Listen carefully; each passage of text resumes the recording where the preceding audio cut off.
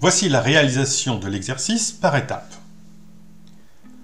Nous allons vendre, dans notre société qui s'appelle Winsport, un certain nombre de vélos.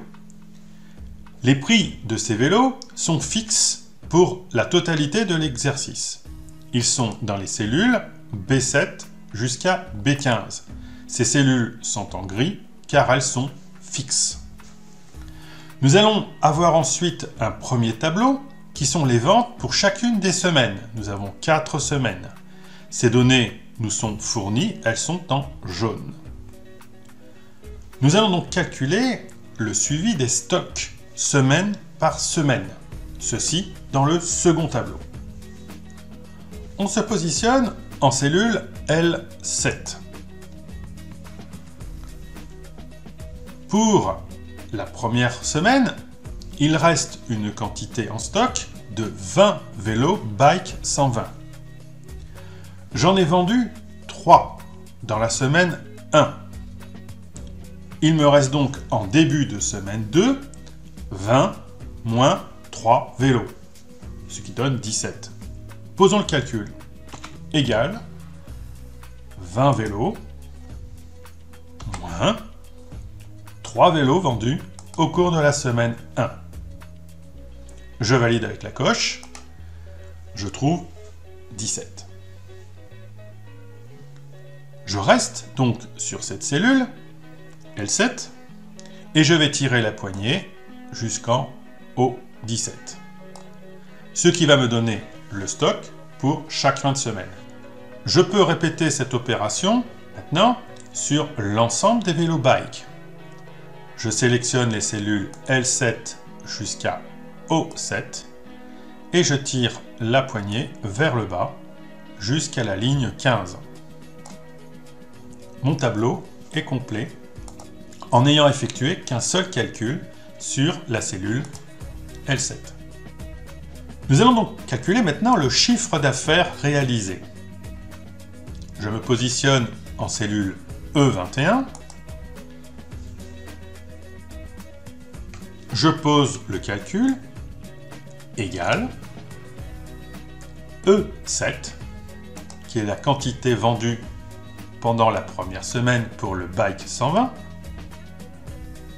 multiplié par le prix de ce fameux Bike 120, qui est situé en B7.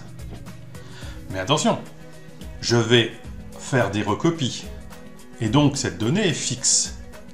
Mais attention, ici nous n'allons pas bloquer la totalité de la cellule, mais uniquement la colonne B. Donc je vais positionner dans la barre de formule, en haut, un signe $, uniquement devant le B. Je veux bloquer la colonne, mais je ne veux pas bloquer la ligne. Je veux pouvoir faire des recopies vers le bas. Je valide. Je prends la poignée que je tire vers la droite jusqu'en H21. Je garde la sélection des 4 cellules. Je reprends la poignée et je tire jusqu'en H29. Mon tableau est complet.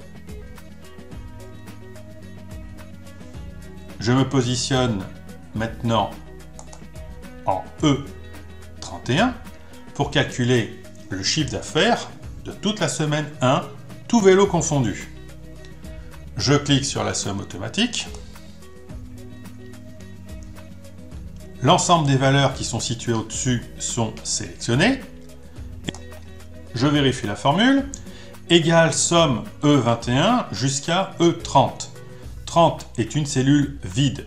C'est pas très gênant qu'elle soit vide et incorporée dans la formule, mais c'est pas tout à fait juste non plus.